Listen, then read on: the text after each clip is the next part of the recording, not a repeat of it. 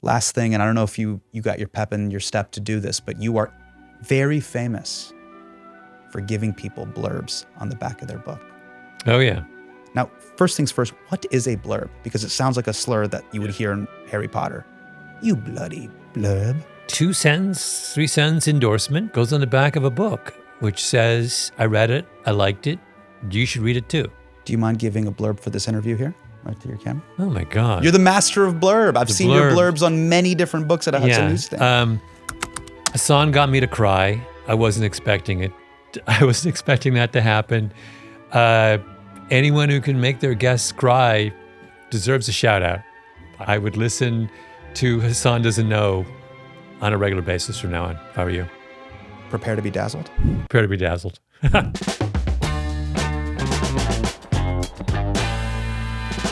Maybe no other writer epitomizes popular nonfiction like Malcolm Gladwell. He literally made nonfiction popular. Millions and millions of people have read his books, and that has gotten him in trouble with two groups. One, snobs who hate popular things, and two, people impacted by some of the ideas that Malcolm Gladwell helped make popular. So I sat down with Malcolm to talk about the incredible new season of his podcast, Revisionist History, and the profound impact that it had on him. Shook me.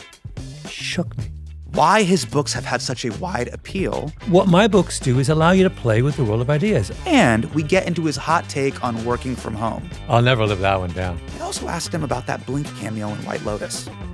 Was it a compliment or a sneak diss? I mean, Mike White, what are you doing here? Are you coming for my boy Malcolm? And more importantly, are you casting me in season 4 or what?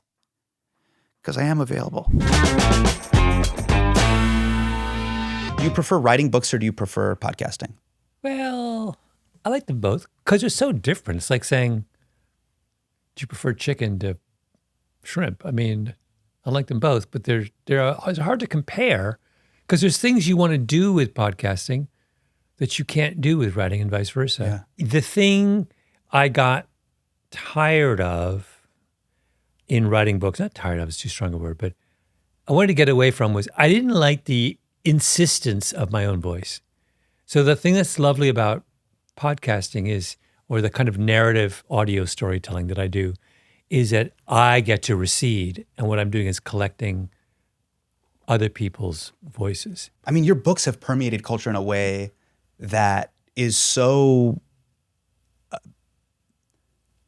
it's so Hudson newsstand deep. Like there is not a year that I have traveled where I have not seen a Malcolm Gladwell book. Yeah.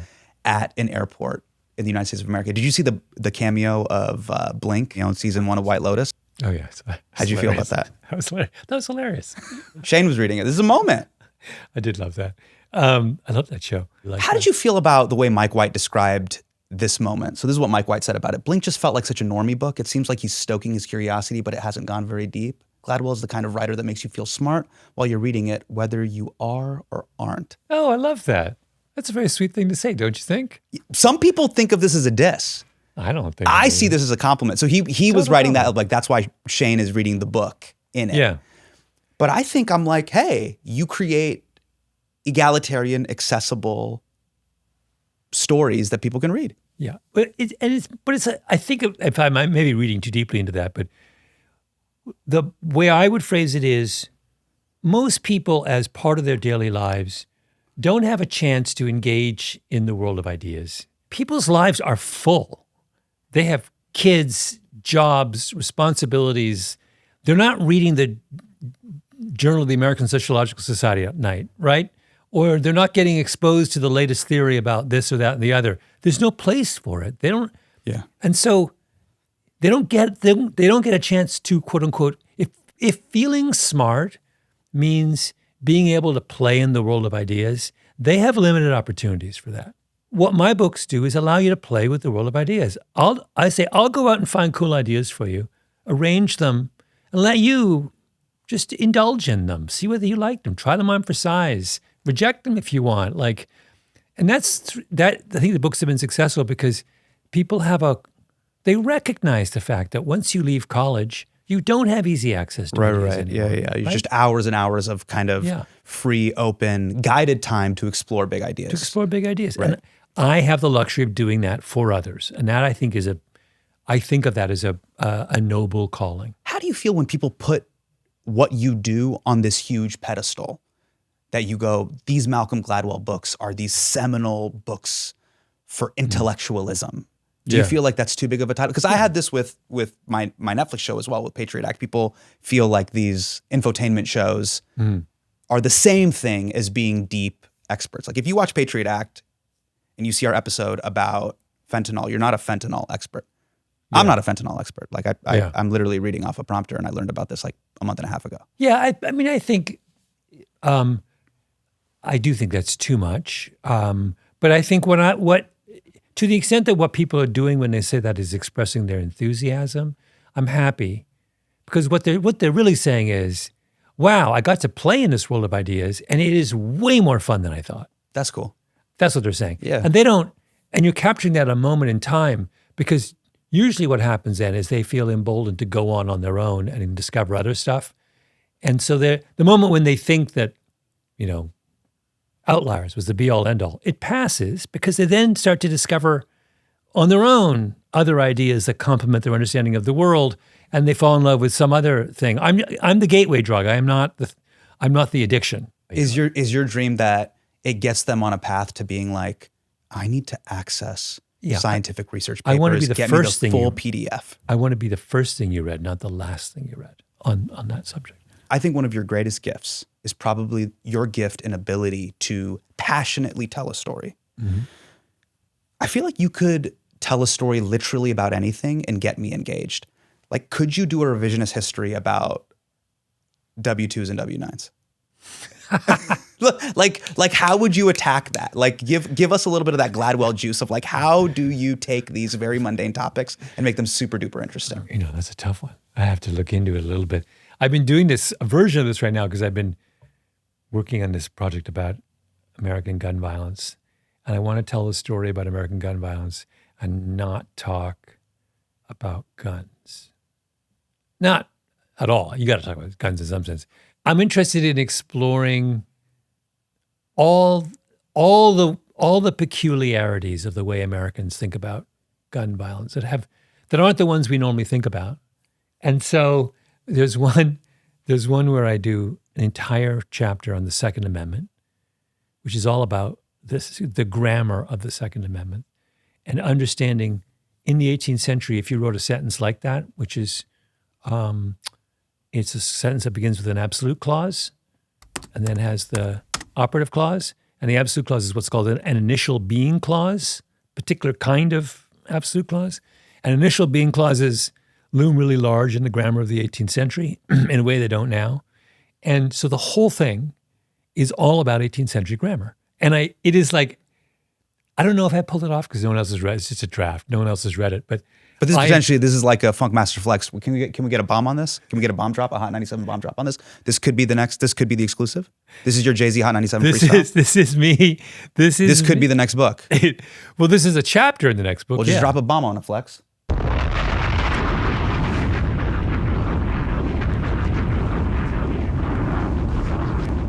Go ahead. Did a bomb just drop? We're going to do it in post. Okay.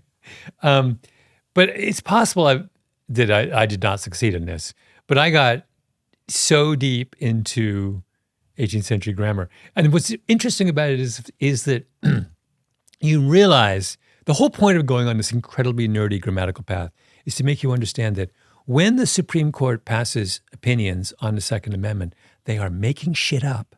They have no clue what they're talking about. And anyone who knows what they're talking about is like, oh my God, this is nuts. To pass a ruling about gun rights based on our understanding of the Second Amendment requires that you interpret the Second Amendment because it's a sentence that actually makes no sense. It's a pre-modern sentence. It's like not a sentence we'd ever write today, right? Okay. And they presume to interpret the sentence without knowing anything about linguistics, in particular without knowing anything about historical linguistics. That's ridiculous. You can't read a sentence from 1783 or whenever it was as someone living in 2025 and make sense of it. You've got to talk to people who knew the way people phrase things in 1783. Got it. Right? And they didn't do that. They just thought, oh, I can pull out Webster's, the dictionary off the shelf and just tell you what the words mean. This is, if you did this for for a paper in college, you would get a C-. You are very good at coining particular terms that catch like wildfire. Tipping Point, for example. Yeah. Obviously, your super popular book that came out in 2000, Tipping Point, I read it. Many people read it. What is it about certain terms that make them just catch on like wildfire? What? Like, I'll give you an example. You know the term bucket list? Mm-hmm.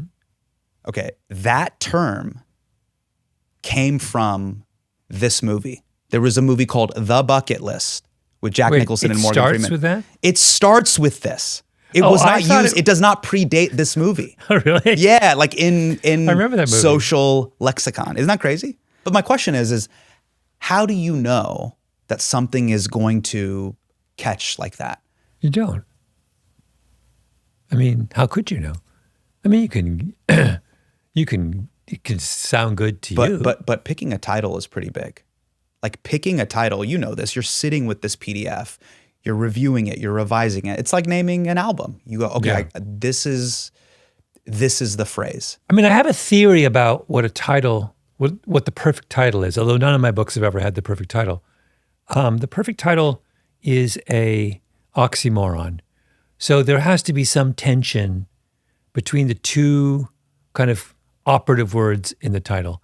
So the famous environmentalist book for the 60s, Silent Spring, is to my mind a perfect title. Silent and spring are in opposition to each other, right? It's an oxymoron. No spring is silent. And she's giving us, that with two words, we instantly know that there's stakes. Something has been, right?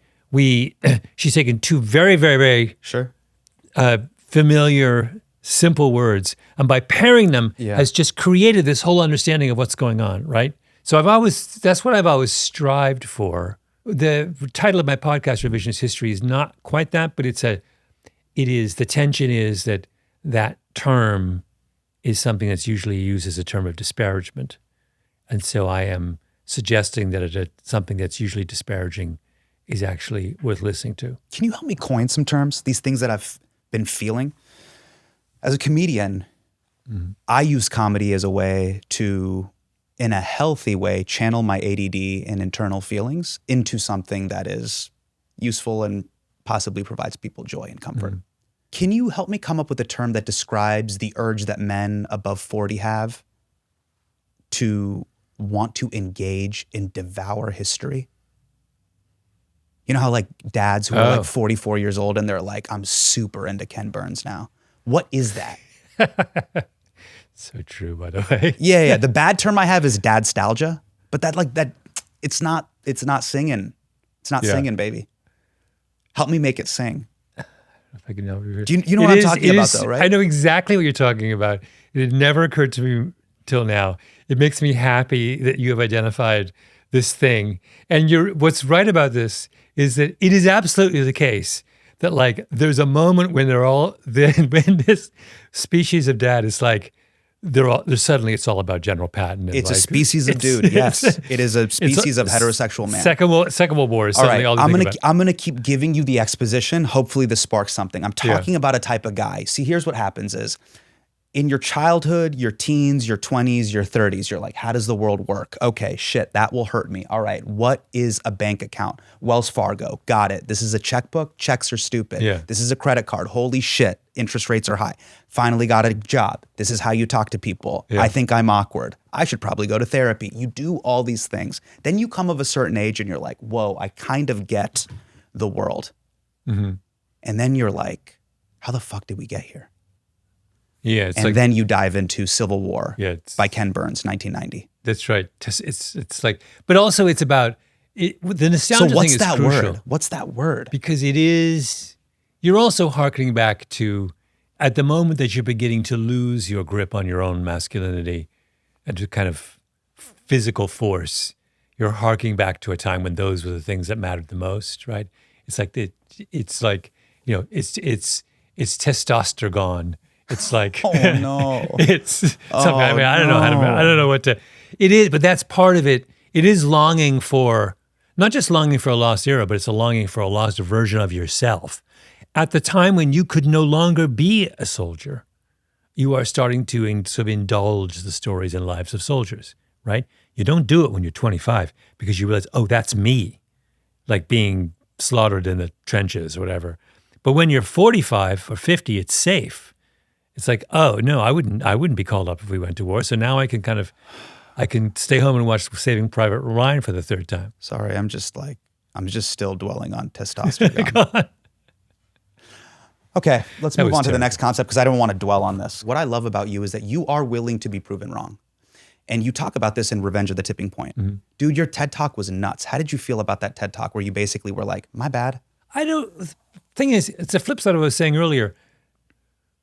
Because I don't have it, because I get such delight in personal delight in finding out that something I thought was one way is another. It never occurs to me that there's any public cost to speaking about that out loud, right? It's like, it's fine. Like, and if you're someone who likes my writing, you're used to that.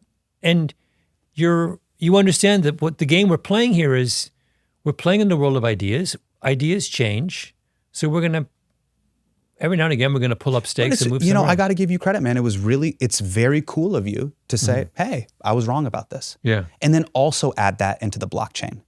Yeah. Because we also live in a society where it's deny, defend, deny, die. I don't understand this because my understanding, there's a whole series of cases where the perception of people at the kind of who have public roles and the perception of the rest of society are completely at odds.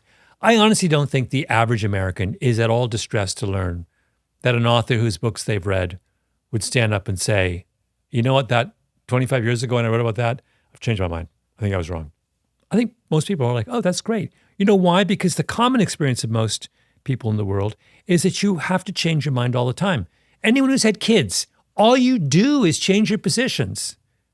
It used to be, you're going to bed at 7. Then all of a sudden it's 7:30 and you're forced to confront the fact that the body of work that was devoted, of parental work that was devoted to 7 p.m. as a bedtime has gone out the window and like, there's no going back. Yeah, totally. That's it, right? Yeah. So but there continues to be this perception among people in the public eye that if I do that, I'm somehow jeopardizing my credibility, which is so nonsensical to me. Why? Wouldn't it jeopardize your credibility if you refuse to change your mind in the face of a rapidly changing world? Like that's someone who's like saying the same thing today as they said 25 years ago, that is a threat to their credibility. I think that is a byproduct of people saying in certain particular circles, you cannot say you're sorry. It will fuck up with your credibility. That's because I think people have noticed some of the most powerful people on planet Earth are psychopaths that do not apologize. And we live in their ecosystem. The shrapnel of their ideas affect us. Yeah. Elon Musk, Donald Trump, etc., right? It's their ideas that they then push notification to the entire world and we have to deal with it. I interviewed these two people, two of the most impressive people I've ever met the other week. Former Secretary of the Air Force and former Chief of Staff of the Air Force. So Secretary is a political appointee, Chief of Staff runs the place. They knew each other, they were friends. And when they were both running the Air Force, there's a mass shooter, I forget where, Oklahoma, something like that, who goes in and kills 25 people in like a church. Yeah. They get a call early in the morning. That guy is a ex-Air Force person. And then they get another call. And by the way, he was drummed out of the Air Force dishonorably for committing some kind of act of violence involving a gun. And it was your responsibility to notify the FBI so that he would be on a list that wouldn't allow him to buy a gun, and you didn't do it. Right? They're like, shit, my institution screwed up, and as a result, this guy went out and killed 25 people. So they have a meeting, and everyone in the meeting, all the top brass in Washington there, tells them, go slow, let's work this out. There's maybe a way, some loopholes. And they're like, no, we screwed up. We're going to just hold a press conference and say we screwed up. And so they go, they say we screwed up. They go towards Congress and they say, we blew it. We made a mistake. Like, we've got to have better. We're going to find out all the people who are accountable. We're going to fix this thing, blah, blah, blah. And then there's a funeral for some of the people killed by that shooter. And the guy who's the chief of staff of the Air Force puts on his uniform, flies down, it was in Texas, flies down to Texas and attends the funeral of the people who were killed because of an error by his institution. And I said to him, Jesus, like, what did you think was going to happen? He said, I didn't know what was going to happen, but it was my responsibility to go. And it was so antithetical to everything about the way public servants behave, popular expectations in popular culture. And it was these two incredibly decent people who, by the way, they weren't personally responsible. It wasn't like they personally didn't report it. It was like something, they run an organization with like 100,000 people. But they took responsibility. They took the heat before Congress. And then the guy puts on his uniform and flies to Texas and goes to the funeral and goes up to the guy there was one guy there who lost 6 children, goes up and gives the guy a hug, right? Just like. And so you were blown away by the empathy, the humanity. And by the fact that he was not afraid to say, I fucked up, right? And he said, at the end of the day, they were way better. They were way better off for doing that. He said when they went for Congress, everyone was expecting them to deflect, deny, and delay. And when he said, no, we screwed up, as the first thing out of his mouth, he's like, they were completely shocked, right? And it's like sometimes the hardest thing is not just the best And maybe thing. it's so refreshing because people, and especially adults in corporate America and in their day-to-day life, never hear that from those who are in power, from their manager all the way up to the sitting politician or bureaucrat. They do. Why is it? I listened to that story and I was like, how can you listen to this story and still believe it's a good idea to I mean, this is such deny an and reflect? inspiring thing that you're describing. Just so our listeners are aware, can you describe what you talked about in Revenge of the Tipping Point and in your TED Talk in regards to the broken windows theory that you had in the 2000 book? In my 2000 book, 25 years ago, I was trying to describe why crime fell in New York City so dramatically in the 1990s. And I spent a lot of time arguing that it was the result of what was called broken windows policing, which was this idea that relatively trivial signs of disorder send a signal to would-be criminals that misbehavior is possible. Right. More than that, almost welcomed, right? No one's in charge.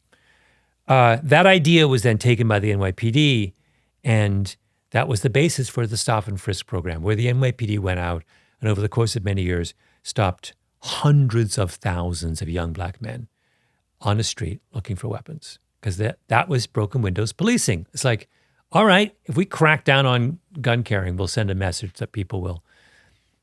I, at the time, like many people in New York, thought that stop and frisk was a really good idea. It's like, yeah, that's a good extension of this idea. That's the way we keep the crime rate down.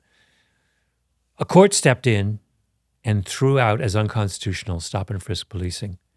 NYPD went from stopping hundreds of, if not millions of young black men every year to almost none. And what happened? Crime continued to fall. So if you endorsed stop and frisk and then you were suddenly faced with the empirical reality that once stop and frisk went away, things did not get worse, but rather better, you have to re-examine your position, right? Got to. Wait, it didn't work the way I thought it was going to work. In my heart, when I read that court case that threw out stop and frisk, I forget when it was, 2000 and something, like many New Yorkers, I was like, this is the end. It's all coming back.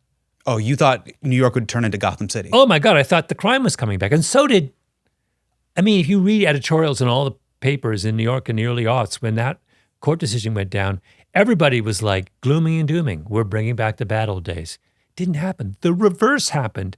The crime drop accelerated. Right. So I just gave a TED Talk when my book came out, my last book, Revenge of the Tipping Point, where I talk about this, where I just said, I was wrong. And I have to take ownership of this. And here's the thing that I have come to understand about that explanation I gave of why crime fell in New York. I was wrong. I wrote a book that was read by a ton of people, millions of people in 2000, arguing that the way to explain New York City's crime drop was essentially some version of aggressive policing. How did you feel when you found out that, the NYPD used your book as literary or intellectual justification to stop and frisk young black men? There were many. I wasn't the sole source of there, but I'm but sure it was in the a factor. bibliography, right? Yeah. But no, my book became part of this kind of zeitgeisty discussion about how aggressive policing was the way to cure crime. I think if I think back to that time, I think I was flattered. How could you not be? Because we were in the middle of this extraordinary urban experiment where New York goes from being one of the most dangerous big cities in the world to one of the safest. And the idea that I was part of a movement that kind of helped justify this crackdown on crime was made me feel good. And then I find out, oops. At the end of the TED Talk, a woman comes on stage and thanks you for your mea culpa. And then you guys get into an interesting discussion about the way your work was interpreted. Ford, did you ever think about what if they got it wrong? What if it was wrong and innocent people were going to have to experience this? What were your thoughts about that back then? Well, I wasn't thinking about that. After that experience, how do you now see your work in the way it's received by others? Do you want to put addendums that, hey, this could change? Or has it fundamentally, how has it changed the way you approach your work? Well, over the course of my career, I think one of the changes that I've made is I have slowly come to the understanding that if you are going to play this game with ideas, you have to not temper your enthusiasm, but temper your certainty. You have to make it clear that this is what we're talking about right now, and that ideas by their very nature are based on evidence, and evidence changes. We learn more things. Criminology is a great example. Criminology, last 25 years, the field of criminology so much has happened. We know so much more. We were, in retrospect, primitives in 2000. We know 100 years of advances in understanding have happened in the last 25 years. So we need to remind people knowledge is a moving target. And I think I've realized I need to do a better job of communicating that just because I'm saying this now doesn't mean I'm going to be saying the same thing a generation from now or 5 or even next year. By the way, hey, I've been caught in comedy crime before as well. Yeah. As a grifting charlatan.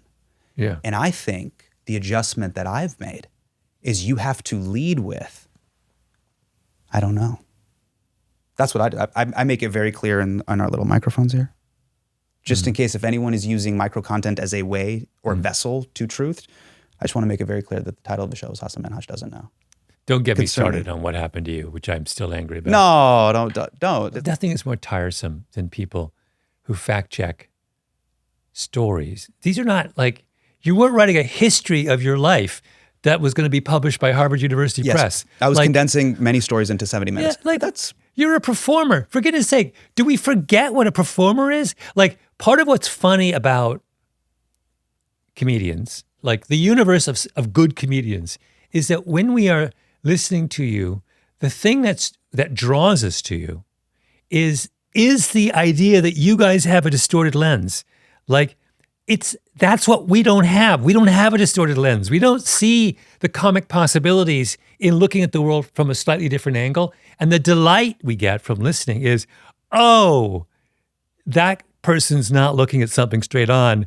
They have this completely, this surprising, wacko, never would have thought about it in a million years perspective. That's the punchline. That's what a punchline is. Sure. Right? So to fact check a story like that is to essentially undermine the very basis of what we want in a comedian. And if you're getting your history from a comics routine, then you're so intellectually impoverished. I have no time for you. Malcolm, don't do this. I already put out I put out a 23-minute YouTube video about this. You can see it in the link below, but it's fine. It's okay. We don't have to belabor it drives me crazy. Malcolm, it's okay. I'm a race baiting grifting charlatan. It's okay. Meanwhile, you can make funny jokes about it, and then you can sell out venues. meanwhile the It's people okay. for You're whom this very stuff does upset. matter Okay. get a pass, Okay. right? The politicians who are telling bullshit stories, they're not comedians. Right. I didn't vote for you to look at the world from a 45-degree angle. It's okay. Right? All right. Malcolm, you can put me in comedy jail. It's fine. I accept my sentencing, Get and I'm worked up sorry. about this. Yeah. I do not want my comics to be like dryly relating the facts of the day. Okay, understood. You want your comics spicy. You want your comics lying to you, and that's okay. I got to give it to you though. What? Again, you and I, we love a hot take. Literally, you have Revenge of the Tipping Point, and then CBS Sunday Morning does a story on you, and you've got even more spicy takes. Let's take a look. You should never go to the best institution you get into. If you want to get a science and math degree, don't go to Harvard. This is nutso. Well, no, that's part of a complicated argument from my book, David and Goliath, which just says you should never, if you're interested in succeeding in an educational institution, you never want to be in the bottom half of your class. It's too hard. So you should go to Harvard if you think you can be in the top quarter of your class at Harvard. That's fine. But don't go there. If you're going to be at the bottom of your class, no. Doing STEM, you're just going to drop out. You're just going to drop out. Now you're triggering me because I was pre-med and I was in the bottom third of my class. They did the whole thing, look to your right, look to your left. Two of you won't make it. You were one of those who I didn't was one of the make it? two. Yeah, and we don't have to get into this because now you're triggering me. But let me just say, Malcolm, if you do get into Harvard, you got to go to Harvard. You have to. No, you don't. If my daughters, knock on wood, get into Harvard and I don't think they're going to be in the top third of their class, I'm going to say, don't go. It's too hard. It's crazy hard. Do you know how smart those kids are? I know people who went to like elite public high schools, like, Stuyvesant in New York. Yeah. And everyone in Stuyvesant basically has an IQ of 180. So the dumbest person in a math class in Stuyvesant can have an IQ of 100 and whatever, 70. So they think they're dumb because that's how you measure your intelligence, by looking around the room. They're not dumb. They're in the top 99.999% of humanity, but they are misled by the fact that they happen to be in the most extraordinarily selective group of individuals in the city of New York. Don't do that to yourself, right? Or you should, because I'll tell you why. Yeah. Both Ted Cruz went to Harvard, and then Donald Trump went to Penn. So my point is that there are idiots that go to these institutions. And if they can spin it into a win, so can you. If you get into Harvard, go. Yeah. Take your shot at going to the league. If you get drafted, if David where'd Stern you- gives you the call, I went to UC Davis, unfortunately. And the crazy part is I got into UCLA, but I didn't go. I went to Davis instead. This is a longer story for another time. I got scared. Your family's from Sacramento, were they? Sacramento, Davis. I grew up in Davis, and I went to UC Davis. You didn't want to go to UCLA? Now I met my wife there. Like, I met my wife there, and so it was the biggest blessing of fun. all, and it was wonderful. But UCLA is like summer camp. It's like Malcolm, I get it. What were you doing? I know. I got shook. I got shook That is madness. that I didn't go to UCLA. Yeah. I know. It is a regret. Were you like an ag major? Like, what were you? I was a pre-med major. Oh, and you're I pre-med. ran into somebody when I did my campus visit that said, hey, STEM at UCLA is really hard. You shouldn't go here. Oh, I see. That's what you were thinking. And that's what got me to not go. Now, look, again, I met the love of my life, the mother of my children at UC Davis. Let's take that reality to the side. Everything else, UCLA, the Wooden Center, the history, Kareem Abdul-Jabbar, And you're in the middle of LA. and Westwood. You're in the middle of LA. I should have gone. And so, Malcolm, What? if you get a call from Adam Silver that says we're calling you up to be one of the 400 players to play in the league, you got to go to the league. And if you can't cut it, fine, but you got to go to the L. Let's look at another one of your crazy spicy takes that I don't know how you thought this was cool. All right. Let's take a look. It's not in your best interest to work at home. I know it's a hassle to come to the office, but like, if you're just sitting in your pajamas in your bedroom, is that the work life you want to live? Is that the work life I want? Answer, yes. Oh my God, I got so much trouble for that. I'll never live that one down. Can't believe you dredged that one up. It's one of the top videos of you, Malcolm. What am I wearing? I'm wearing like some You're wearing like a great t-shirt. So the irony here is that you're telling people to not be bums, be in their pajamas and work at home, and you're wearing a goddamn Hanes tee here. Here's what I should have said. I should have said two things. No, one thing. It depends who you are. If you're if you're 25 and you're entering a new field and trying to master it, you shouldn't be at home. You got to go to the office because you got to learn from other people. And it's way, way, way, way easier to learn from other people when you can see them face to face. If you're 50 and you got 3 kids at home and you got an hour and a half commute and you're really good at your job and experienced, why are you coming in? That doesn't make any sense. You can be way more productive at home. Depends who you are. What I was reacting to, I think, in that was this widespread belief that everybody is better off just working from home. I don't think that's true. I do think if I had worked from home in my 20s, I would not be here. You would never have heard of Malcolm Gladwell. Here's my Subway take. I'm Kareem now. I 100% disagree. I'm not here to tell anybody how they should live their life. I used to work at Office Max for many years. I'm not trying to brag, but I wasn't a great employee. And I truly did not care because my first name isn't Office and my last name isn't Max. Whatever you can to do you, protect your own, get the bag, and take care of your family, do your thing. Yeah. No, that yours is a much more evolved position than mine. But I was simply trying to explain, if you're young and you're trying to, like I said, master something complicated, it can be hard to understand how much richer the learning experience is when it's in a social setting, right? That's all. If you're trying to be a journalist, so when I started out in journalism, I got a job at the age of 23 at the Washington Post, and I was within 10 feet of 4 or 5 of the greatest journalists of my generation. And I didn't know anything about journalism. And Who are you around? I mean, man. I mean, among others, Bob Woodward was greatest investigative reporter of the 20th century, was as far away from me as you are. There was just a series, there's a guy named Steve Call, who was like a legend. There was a guy next to me called Mike Isikoff, who was another legend. And I spent like 6 months, my first 6 months, almost doing nothing, but sitting there and just eavesdropping. And like, it was a masterclass. All these things that I had no idea how to ask a question, how to interview someone who didn't want to be interviewed, how to frame idea, I could go on and on and on, how to process things on the fly, how to write. I just watched them. You picked up a ton of game from these people in person. By the way, no athlete would ever say you can master a sport by yourself. Ever. They would never say, "Oh, I got drafted by the Knicks, and here's what I'm going to do: work from home over the off season." No, they would never say that. Like, no, if LeBron wants to spend the off season by himself, absolutely, he's the top of this game. Yeah. But if you're a rookie, if you're 19 and you just got drafted out of wherever, Kansas State, no, you show up with your peers and learn from them. That's all I was saying. I do not think that is a controversial take.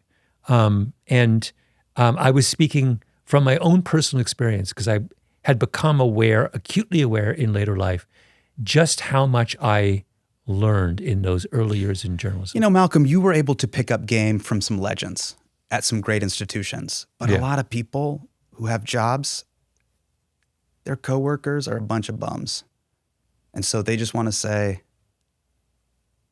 peace out, Carl. Yeah. I'm going home. I don't know. You're more of a cynic than me on this. I actually think that if you're motivated, you can always find in any setting somebody from whom you can learn. And that's another thing that is useful about going in your early years in going to the office. And immersing yourself. Is making those kinds of social calls, right? There's 10 people around here. Who's the one that matters and that I should be attaching myself and learning from? That's a really, really important skill that you can't learn by yourself. We've had an amazing conversation, but we haven't even gotten to, I think, one of your best pieces of work. I'm talking about the podcast Revisionist History. Yeah. Season 11, ladies and gentlemen. Thanks. Season 11 of Revisionist History is about the Alabama murders. Now, that's the title of it. But give me the details of what launched this story about this particular situation in Alabama. A friend of mine named Steven, I was talking to him about a year and a half ago, and he goes, I have a friend named Kate who has the most interesting job in America. You should talk to her. I was like, okay. And I did this thing, which I've started to do more and more and more, where I find someone interesting and I just sit down with them for as many hours as they can tolerate and just talk to them with no agenda. So Kate Porterfield was this really extraordinary woman whose job it was, she's a trauma expert. And she started out by treating people started working at the torture clinic at Bellevue, treating people who've been tortured around the world. There's this world-renowned torture clinic there.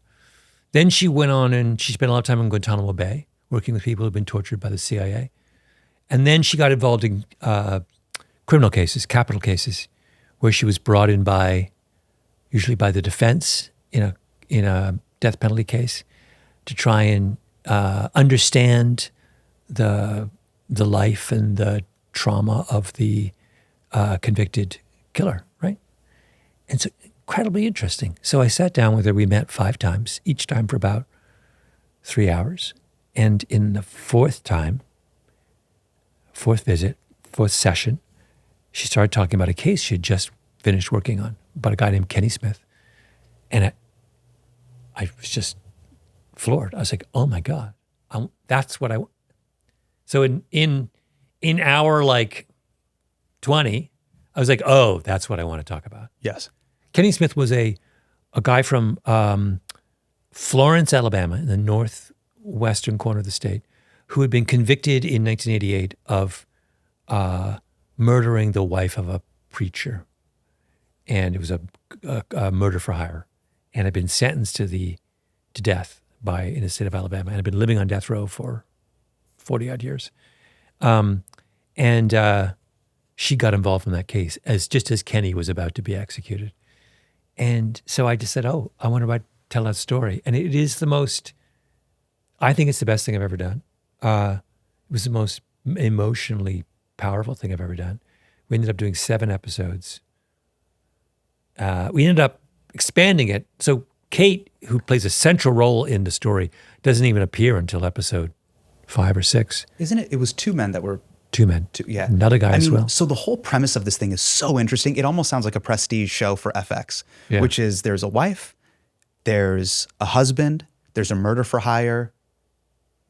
The men assault and beat said wife, but then the husband kills the wife. We think. Yeah. And then it's specifically about the 2 men that were part of this murder for hire that are then given the death sentence. And what's really fascinating about it is you think this is almost like true crime, but it's actually an analysis about how crazy Alabama judges are. Mm-hmm. Why are they so crazy? Well, why is Alabama crazy? I mean, Alabama is the weirdest state in the union. I think that's beyond dispute. Also, one of the most fascinating. I say that. I actually love Alabama. I go there. I've done so many stories there. I go there all the time. I find it an absolutely riveting place.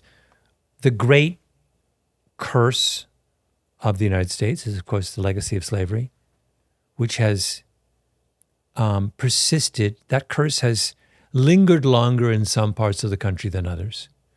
And Alabama is a place that is still kind of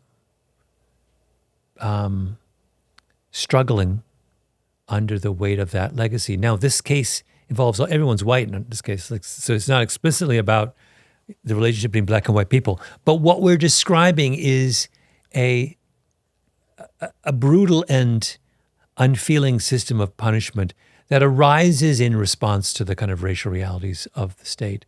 So we have this, what we're documenting in this series is the unrelenting, tireless, relentless desire on the part of the state of Alabama to find a way to murder these 2 guys, to execute these 2 convicted murderers. What's so interesting about it is this is an analysis on capital punishment. Yeah. So the jury is actually against the death sentence. The judge is for it. But just for our audience, before they dive into the season, can you give me the history of capital punishment in America? What's the history of capital punishment in the United States? Yeah, so it's, compared to our Western European peers, America was very slow to kind of dial back capital punishment. It's a pretty big deal in this country. up through the 70s. And then the Supreme Court says, we've looked at the way capital punishment is being used in the states, and we think it clearly shows signs of racial bias and arbitrariness. You know, you got two people convicted of the same crime. Right. One's getting executed, one's not. You can't do that. You got to have some kind of rigor. They put a pause on it, on death penalty. Public support for the death penalty plummets, and people think it's going away, and then it comes roaring back. Not everywhere, but particularly in the South. And one of the states in which it comes roaring back is Alabama. And Alabama does this thing to ensure that they will, to retain their right to execute whoever they choose. They give the judges what is called override.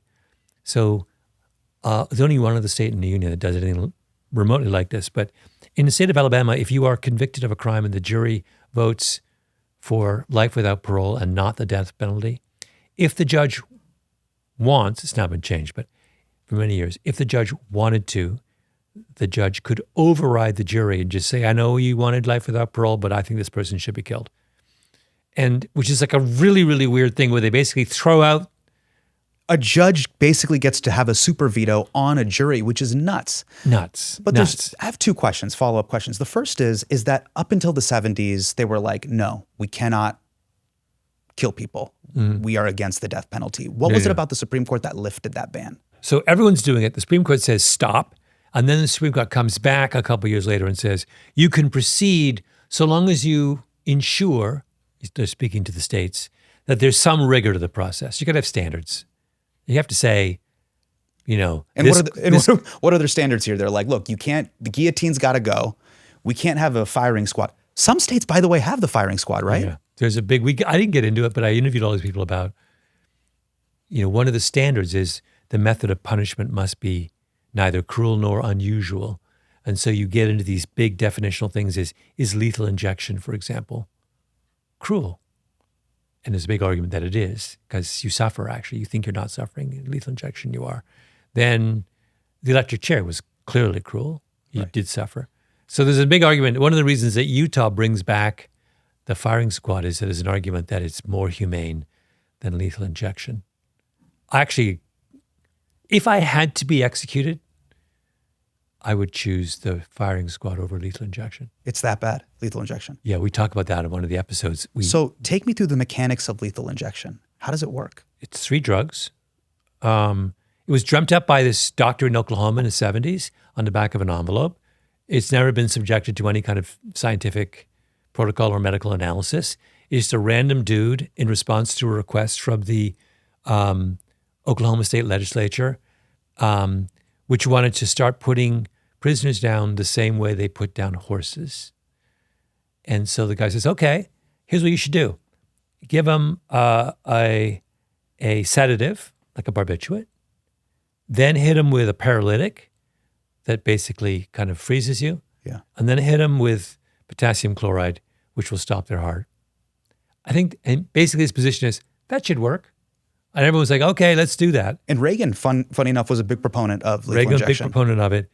And so lethal injection, which spreads throughout America and then throughout the world. So in many countries now that have euthanasia, legalized euthanasia, they're using the lethal injection protocol.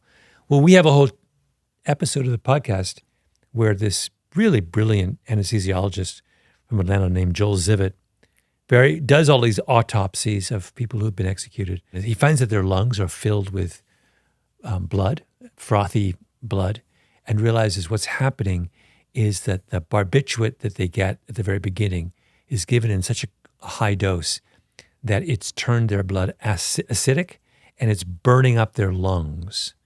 So what happens is your lungs are on fire, which is, as you can imagine, quite painful. Because you've been giving a paralytic, you can't cry out in pain.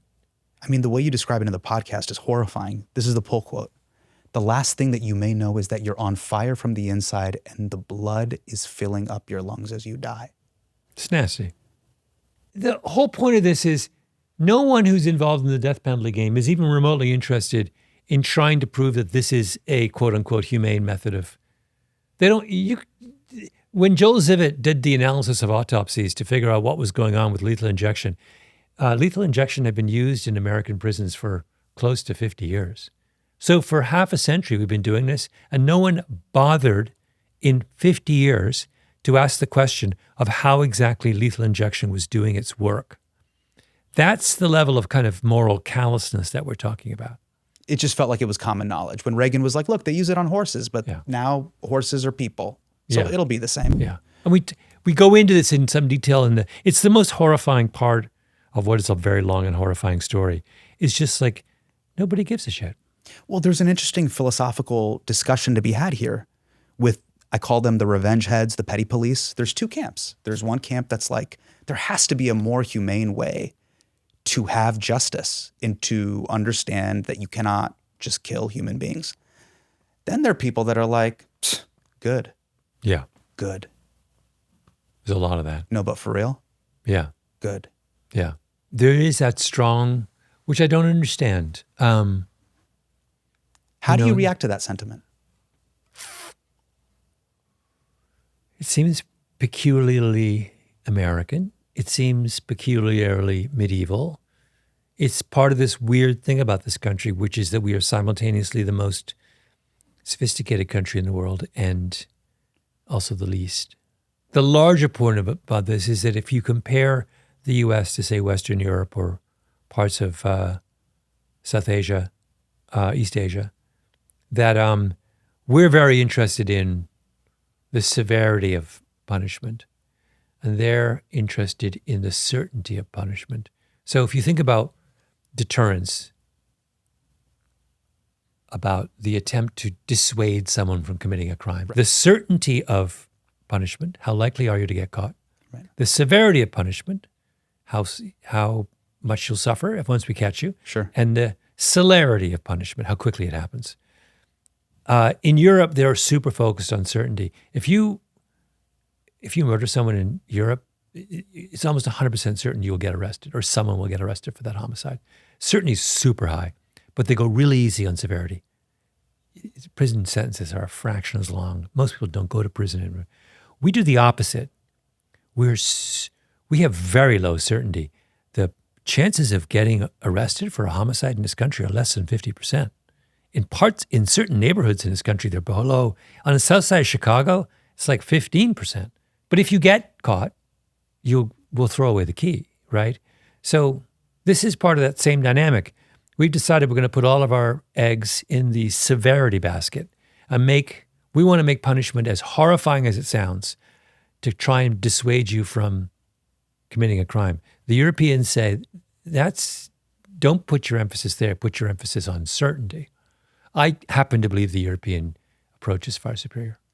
Why do you think in America there's this obsession, particularly with the severity and the feeling of, hey, look, if you kill these bad people, we're talking about criminals, we're talking about murderers.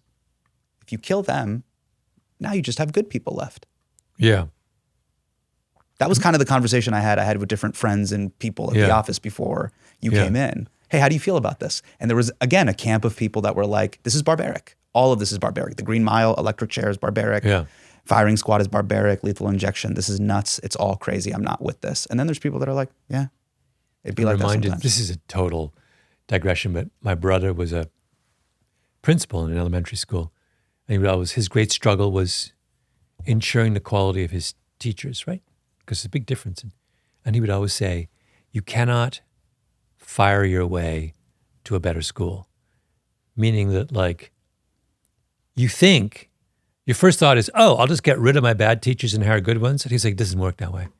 You can't, if you're just getting rid of the bad ones and quote unquote hiring good ones, you're not solving the problem that made the bad teacher bad, right? You have to look at yourself and say, am I developing people properly? Am I supporting them properly? Am I putting them in the right place?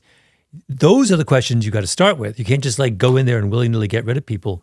And I think there's a version of that that's what's not happening in people who are obsessed with killing off murderers. They're not asking the harder question, which is, well, it doesn't help. You're just going to, if you don't solve the underlying conditions that create this, you're just going to get another crop taking their place. You have obviously a high level of empathy and curiosity. And one of the ways that you showed that is the way you end season 11. There's this really powerful moment where you speak to the therapist of the man who was sentenced to death, and you do something that is extremely rare in podcasting. You literally are quiet and choked up and silent for a minute. Now remember, this is a medium where you have to keep yapping, but you are so emotionally moved that you cannot even speak. Why did you choose to end the podcast in this moment? Because we'd been on this, I'm going to get emotional about it all over again. Doing that show was the single most, there are a very small number of events that I've been a part of in my life, experiences that have shaken me emotionally. Death of my father, number one by far. I'll never get over that. Birth of my children, in a positive sense. Right. Doing that show was like up there, and shook me, and still does. It was incredibly hard to write, to report, to like, the number of times I found myself after conducting an interview where I couldn't function for the next and it seemed the most honest thing to do at the end of the show, to communicate the fact that this tore me apart, right? Like, because what I wanted to do was, the whole idea was, it was a show about people who looked at these two kids from this little town in northern Alabama who do something insanely stupid when they're 19 years old, and were written off by the state of Alabama and by the rest of society. And the series of people come and see in them some element of humanity, go to the trouble of investing in these kids who society has thought were worthless, and finding something of value in them and learning how to love them, right? And I mean, in one case, this guy, we talk about in, I think, episode 3, this lawyer visited this guy in prison, drove 2 hours each way once a month for 20 years to visit this kid in prison, one of the murderers in prison, just to spend time with him. And that just tore me apart, right? And I needed at the end of that, of the show, to kind of just to tell people that it's okay to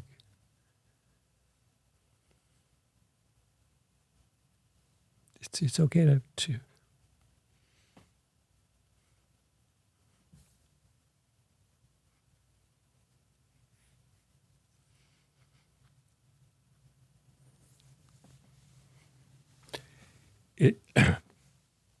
it's okay to feel.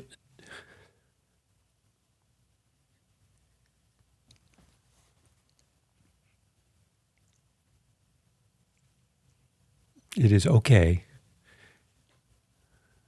to open your heart to someone whose society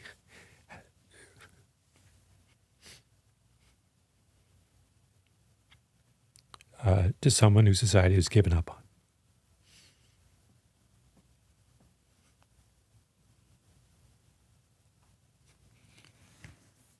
Thank you for sharing that. Appreciate it, man. It's a very powerful moment and something to think about.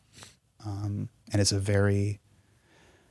what I thought was so amazing about it is a very real thing, that there are people, these two men obviously did something wrong. Mm-hmm. But for you to explore the complexity of, despite the fact that people make mistakes and do things that are horrible, we're still human beings, and we're so much more than what the state was thinking, where they would literally kill people from the inside as if they were animals. Yeah. And so I just thought that was a really powerful moment, and thank you for sharing how those interviews moved you. Yeah. Do you hope that it makes us as a society more empathetic, or it makes perhaps America reflect on our own internal empathy. That's always the hope with these things. You know, it's very difficult to measure the impact, but I think all you can do is just join the chorus, right? Of people who are insisting that we be more human. I got to somehow end on a positive note. We got to button this thing. How do we do this? I don't know. How do we do this? I did bring us down a notch. My ability to kind of like inject a downer note to any room I appreciate it. I walk into. It. It was a rare podcast moment. Yeah. And I think an amazing counterweight to the never-ending blabbering that we have through lav mics. Yeah. It was just a really human, beautiful moment. Yeah, thank you. So, like I said, everyone, please listen to season 11 of Revisionist History. Last thing, and I don't know if you got your pep in your step to do this, but you are very famous for giving people blurbs on the back of their book. Oh, yeah. Now, first things first, what is a blurb? Because it sounds like a slur that you would hear in Harry Potter. You bloody blurb. What is a blurb? 2 sentence, 3 sentence endorsement. It goes on the back of a book, which says, I read it, I liked it, you should read it too. Do you mind giving a blurb for this interview here, right to your camera? Oh my God. You're the master of blurb. I've seen your blurbs on many different books at a Hudson newsstand. Hasan got me to cry. I wasn't expecting it. I wasn't expecting that to happen. Anyone who can make their guests cry deserves a shout out. I would listen to Hasan Doesn't Know on a regular basis from now on, if I were you. Prepare to be dazzled? Prepare to be dazzled. Can you also add a parenthesis that I didn't bully you into crying? Hurry right away.